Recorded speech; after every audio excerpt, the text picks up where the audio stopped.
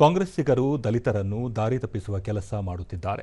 ಯಾವುದೇ ಕಾಲಘಟ್ಟದಲ್ಲಿ BJP doctor B R Ambedkar ಅವರಿಗೆ ಅಪಮಾನ ಮಾಡಿಲ್ಲ ಎಂದು ವಿಧಾನ ಪರಿಷತ್ ಪ್ರತಿಪಕ್ಷ ನಾಯಕ ಛಲವಾದಿ ನಾರಾಯಣಸ್ವಾಮಿ ಹೇಳಿದ್ದಾರೆ.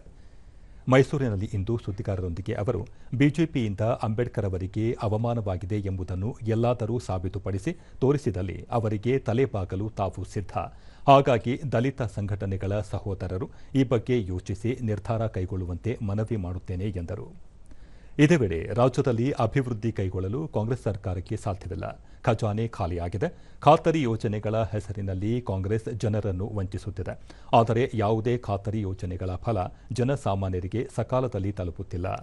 ಬಜೆಟ್ನಲ್ಲಿ 52,000 ಕೋಟಿ ರೂಪಾಯಿ ಖಾತರಿ ಯೋಜನೆಗಳಿಗೆಂದೇ ಸರ್ಕಾರ ಮೀಸಲಿಟ್ಟಿದೆ. ಆದರೆ ಅದಕ್ಕಾಗಿ ದಲಿತರಿಗೆಂದು ಮೀಸಲಾಗಿದ್ದ 25,000 ಕೋಟಿ ರೂಪಾಯಿಗಳನ್ನು ಬಳಕೆ ಮಾಡಿಕೊಂಡಿದ್ದಾರೆ.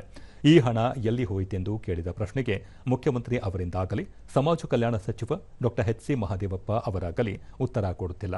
ಹಾಗಾಗಿ ಈ ಕಾಂಗ್ರೆಸ್ ಸರ್ಕಾರ ದಲಿತರನ್ನು ವಿರೋಧಿಸುವ ಮಾಫಿಯಾದಂತಾಗಿದೆ ಎಂದು ಅಭಿಪ್ರಾಯಪಟ್ಟರು.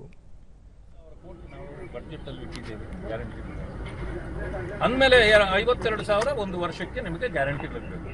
25,000 ದಲಿತರಿಗಿಟ್ಟ ದುಡ್ಡು ಎಲ್ಲೋಯ್ತು? ಅದನ್ನ ಯಾಕೆ ತಿಂದ್ರಿ? ಏನ್ ಮಾಡಿದ್ದೀರಿ? ಅದನ್ನ ಉತ್ತರ ಕೊಡಿ ಅಂತಂದ್ರೆ ಇದುವರೆಗೂ ಕೊಡ್ಲಿಕ್ಕೆ ಸರ್ಕಾರಕ್ಕೆ ಆಗ್ತಾ ಇಲ್ಲ.